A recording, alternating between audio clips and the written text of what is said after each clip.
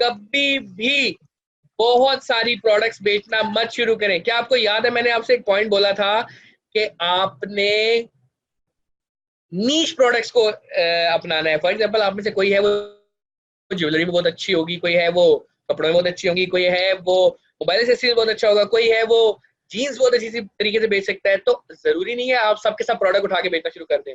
आप आज गाड़ियों की प्रोडक्ट्स भी बेचना शुरू कर दें, आज आप टूल्स भी बेचना शुरू कर दें, आज आप बैग भी बेचना शुरू कर दें, आज आप लैपटॉप भी बेचना शुरू कर दें। नहीं, आपने उस चीज को देखना है जिसमें आप सबसे बेहतर है, जिसकी मार्केट के अंदर डिमांड है, उसको आप सबसे पहले देखें, बेचना शुरू करें और छोटे छोटे बेबी स्टेप से आप एक एक कदम आगे बढ़ाओ। फॉर एग्जाम्पल एक फीमेल है, वो क्या करती है, वो सिर्फ कॉस्मेटिक्स से शुरू करती है और कॉस्मेटिक्स में भी उसने सबसे पहले लड़कियां सबसे ज्यादा क्या लगाती हैं, मस्कारा, लिपस्टिक और काला, ठीक है। तो आप ये प्रोडक्ट और आहिस्ता आहिस्ता फिर आप मतलब मेकअप का पूरा सामान तो शुरू करें, आहिस्ता आहिस्ता एक एक कदम आप ऊपर उठाएं। सबसे पहले आपने वो देखना कि सबसे ज्यादा डिमांड है और जिससे सबसे ज्यादा आपको मार्जिन मिल रहे हैं और कस्टमर की उसमें डिमांड भी है। ठीक हो गया।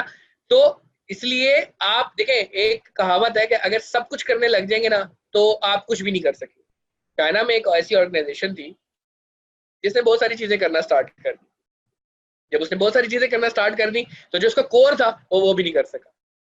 तो ऐसी जो है ना चीजों पे आपने ज्यादा जोर डालना है। टेक से रिलेटेड चीजें हैं, देखिए लैपटॉप बैग्स हैं, माउस है, आपके पास प्रोटेक्टर्स हैं, screen protectors, mobile phone covers, mobile cables, selfie sticks और इस तरह की जितनी भी मोबाइल से रिलेटेड आइटम है सबसे ज्यादा बिकती हैं, सबसे ज्यादा और आग की तरह बिकती हैं। सो ये आपने देखना है। तो अब ये मतलब नहीं है कि आपने जो है ना अगर मोबाइल एक्सेसरीज अच्छी बिक रही है तो फिर कल को मोबाइल फोन भी बेचना शुरू कर दो। बेटा याद रखना, मोबाइल फोन की वैल्यू तो बहुत ज्यादा है, बिकती बहुत ज्यादा है, बट उसमें ऐसा होता है कि अगर उसकी मार्केट वैल्यू एकदम से कम हो जाए और अगर कहीं और जगह पे वो सस्ता लगा हो तो फिर उसमें आपको प्रॉब्लम हो सकती है, या खराब निकल है या डब्बे में ना निकले, मतलब बहुत सारी चीजें हो जाती हैं।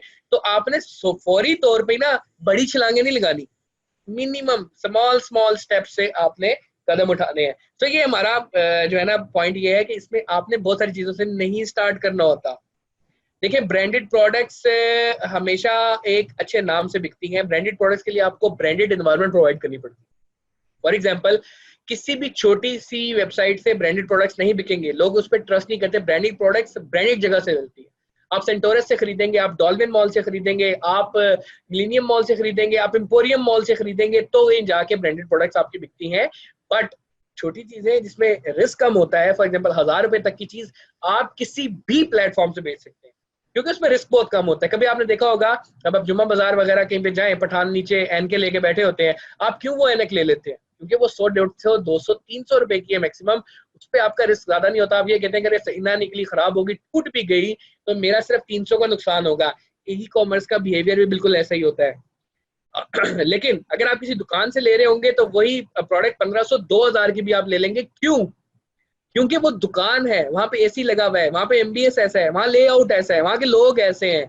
आप दुकान के शशके देख के आराम से वही चीज 300 की 1500 में भी खरीद लेंगे। सो आपने ये चीज देखनी है कि ब्रांडेड प्रोडक्ट्स अगर बेच रहे हैं तो मुझे ब्रांडेड एम्बियंस, सर्विस स्केप, ऐसा एक पूरा एनवायरनमेंट भी देना पड़ेगा कि वेबसाइट पे या आपके प्लेटफॉर्म पे आते साथ ही इंसान को लगे कि नहीं ये वाकई बहुत अच्छी जगह है। ठीक है, तो इसलिए मेरा यह है कि आगाज आप कीजिएगा उस चीजों से जिसपे आप कम से कम अपना जो है ना रिस्क कस्टमर को दे सके और कस्टमर बड़े आराम से आपसे ले सके। ठीक हो गया? ये पॉइंट क्लियर है तो मुझे बताएं, मैं आगे चलूँ। बेहतरीन बेहतरीन बेहतरीन बेहतरीन। पॉइंट 6 है, get the most competitive price when you are buying right from the beginning। मैंने आपसे एक पॉइंट अभी थोड़ी देर पहले वॉरेन बफेट का शेयर किया था, याद है आपको?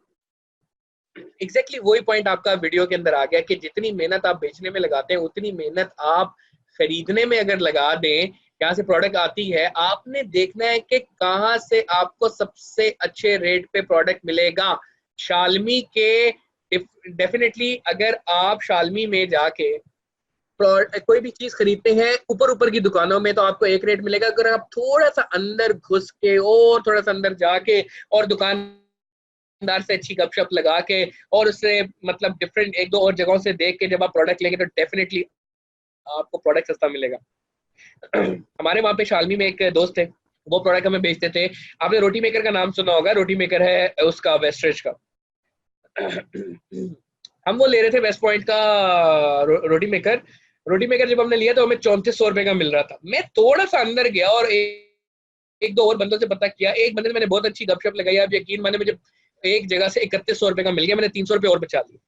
तो याद रखना कि आप जितनी मेहनत करेंगे ना प्रोडक्ट खरीदने में उतना आपका फायदा होगा और आपका मार्जिन इंक्रीज होगा। और एक बात मैंने आपको और बोली थी, क्वांटिटी ज्यादा रेट कम, और हर महीने कम से कम 10 रुपए तो कीमत एक प्रोडक्ट की कम होती है जिसकी वैल्यू 300 रुपए होती है।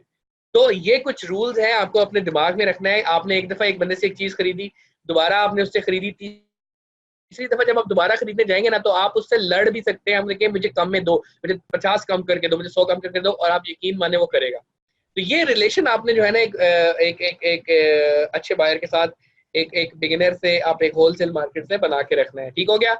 ये पॉइंट क्लियर है तो मुझे बताएं, मैं आगे चलूं। हाँ जी बिल्कुल इम्पोर्ट, लेकिन जब वो यहाँ से क्लियर करवा रहे होते हैं कस्टम से तो वो उससे भी महंगा पड़ जाता है। खैर उसके भी डिफरेंट फिर बहुत सारे और भी तरीके हैं, उसमें निटी ग्रिटीज में नहीं जाना चाहूंगा। पॉइंट क्लियर है जी? चलें परफेक्ट।